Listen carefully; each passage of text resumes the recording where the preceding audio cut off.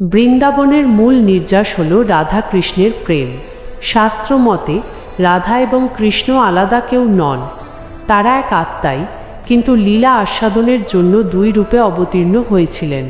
বৃন্দাবনে তাদের এই মিলনকে লাদিনী শক্তি, আনন্দের শক্তি হিসেবে দেখা হয়। 2. রাসের লীলা।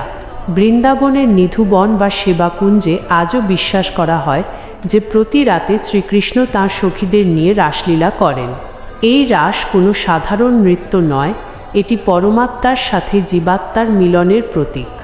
লোককথা অনুযায়ী রাতে বৃন্দাবনের পশু পাখিরাও এই স্থান ত্যাগ করে এবং মানুষও সেখানে প্রবেশ করে না। 3. বৃন্দাবনের প্রতিটি ধূলিকণা। ভক্তরা মনে করেন বৃন্দাবনের ধূলিকণা অত্যন্ত পবিত্র। শ্রীকৃষ্ণ এখানে খালি পায়ে চারণ করতেন এবং গরু চড়াতেন, তাই বৃন্দাবনে অনেক ভক্ত আজও খালি পায়ে হাঁটেন এবং রাঁধে রাঁধে জপ করেন। 4. যমুনা নদীর গুরুত্ব। যমুনা নদী রাধা কৃষ্ণের লীলার অন্যতম সাক্ষী। কালীয় দমন থেকে শুরু করে বস্ত্রহরণ, কৃষ্ণের অনেক গুরুত্বপূর্ণ লীলা এই নদীর তীরে ঘটেছে। যমুনাকে ভক্তরা পরম বৈষ্ণবী হিসেবে পূজা করেন। 5. সেবা ও ভক্তি। বৃন্দাবন ভাব। বৃন্দাবনে ভক্তি কোনো নিয়ম বা শাস্ত্রের বেড়াজালে আবদ্ধ নয়, এটি হলো মধুর ভাব বা সখ্যের ভাব। এখানে কৃষ্ণকে কেবল ভগবান হিসেবে নয়, বরং ঘরের ছেলে, প্রিয় বন্ধু বা পরম প্রিয়তম হিসেবে সেবা করা হয়। বৃন্দাবনের কিছু দর্শনীয় স্থান। বাঁকে বিহারী মন্দির, যেখানে কৃষ্ণের মোহিনী মূর্তির দর্শন পাওয়া যায়। রাধারমণ মন্দির, যেখানে স্বয়ং প্রকট হওয়া শ্রীকৃষ্ণের বিগ্রহ রয়েছে। প্রেম মন্দির ও ইস্কন, আধুনিক স্থাপত্যে রাধাকৃষ্ণের লীলার মহিমা। গোবর্ধন পর্বত, যা কৃষ্ণ তার কনিষ্ঠ আঙুলে তুলে বৃন্দাবনবাসীকে রক্ষা করেছিলেন। বৃন্দাবনের প্রতিটি মন্দিরের সাথে জড়িয়ে আছে কোনো না কোনো অলৌকিক কাহিনী, তবে সবচেয়ে রহস্যময় এবং জনপ্রিয় দুটি বিষয় হল নিধুবন এবং বাঁকে বিহারী মন্দিরের ইতিহাস। নিচে আপনার জন্য বিস্তারিত দেওয়া হল। নিধুবনের রহস্য, দ্য মিস্ট্রি অফ নিধিবান। নিধুবনকে বৃন্দাবনের সবচেয়ে রহস্যময় স্থান বলা হয়। ভক্তদের বিশ্বাস, আজও প্রতি রাতে এখানে রাধা কৃষ্ণ এবং তাঁদের সখীরা রাসলীলা করতে আসেন। গাছের আকৃতি। এখানকার গাছগুলো সাধারণ গাছের মতো সোজা নয়, বরং একে অপরের সাথে জড়িয়ে থাকে। বলা হয় দিনের বেলার এই গাছগুলোই রাতে গোপী হয়ে রাসলীলায় যোগ দেয়। রাত 8টার পর প্রবেশ নিষেধ। সন্ধ্যার আরতির পর নিধুবন থেকে মানুষ, এমনকি পশু পাখিও বেরিয়ে যায়। মন্দিরের ভেতরে শ্রীকৃষ্ণের জন্য দাঁতন, জল এবং পান সাজিয়ে রাখা হয়। সকালে সেই পান চিবানো এবং জল ব্যবহৃত অবস্থায় পাওয়া যায়।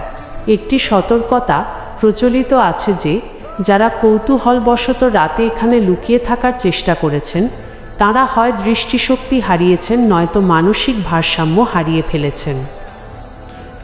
2.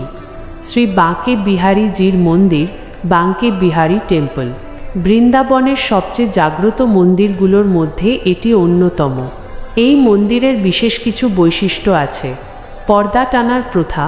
বাঁকে বিহারী জির বিগ্রহের সামনে কিছুক্ষণ পরপর পর্দা টানা হয়। বলা হয় শ্রীকৃষ্ণের চোখের দিকে একনাগাড়ে তাকিয়ে থাকলে তিনি ভক্তের প্রেমের টানে তাঁর সাথে চলে যেতে পারেন। মঙ্গলা আরতি হয় না। ভারতের অন্যান্য বড় মন্দিরে ভোরে মঙ্গলা আরতি হলেও এখানে তা হয় না। বিশ্বাস করা হয় প্রভু সারা রাত রাসলীলা করে ক্লান্ত হয়ে ভোরবেলা ঘুমান, তাই তাঁর ঘুমে ব্যাঘাত ঘটানো হয় না। বিগ্রহের উৎপত্তি। স্বামী হরিদাস, যিনি তানসেনের গুরু ছিলেন, তাঁর ভক্তি দিয়ে ভগবানকে তুষ্ট করেছিলেন। তাঁর ভজনে মুগ্ধ হয়ে রাধা ও কৃষ্ণ মিলিত হয়ে এক বিগ্রহে রূপ নেন, যা আজ বাঁকে বিহারী নামে পরিচিত। 3. রাধাকুণ্ড ও শ্যামকুণ্ডের মাহাত্ম্য। গোবর্ধন পরিক্রমার পথে এই দুটি পবিত্র জলাশয় পড়ে। অরিষ্টাসুর বধ। কৃষ্ণ যখন অরিষ্টাসুরকে বধ করেন, তখন রাধারানী কৃষ্ণকে বলেন যে তিনি যেন সব তীর্থের জল দিয়ে স্নান করে নিজেকে পবিত্র করেন। তৈরি হলো কুণ্ড। কৃষ্ণ তার বাঁশি দিয়ে মাটি খুঁড়ে সব তীর্থের জল সেখানে আহ্বান করেন, শ্যামকুণ্ড। এরপর রাধারানী এবং তার সখীরাও তাদের চুড়ি দিয়ে একটি গর্ত খুঁড়ে সেখানে জল পূর্ণ করেন, রাধাকুণ্ড। শ্রীচৈতন্য মহাপ্রভুর মতে রাধাকুণ্ড হল প্রেমের সর্বোচ্চ শিখর। 4. গিরিরাজ গোবর্ধন পূজা। ইন্দ্রের দর্প চূর্ণ করতে এবং বৃন্দাবনবাসীকে বৃষ্টির হাত থেকে রক্ষা করতে শ্রীকৃষ্ণ 7 দিন ধরে তাঁর কনিষ্ঠ আঙুলে গোবর্ধন পর্বত তুলে ধরেছিলেন। এই ঘটনার পর থেকেই গোবর্ধন পরিক্রমা ও অন্নকূট উৎসবের সূচনা হয়।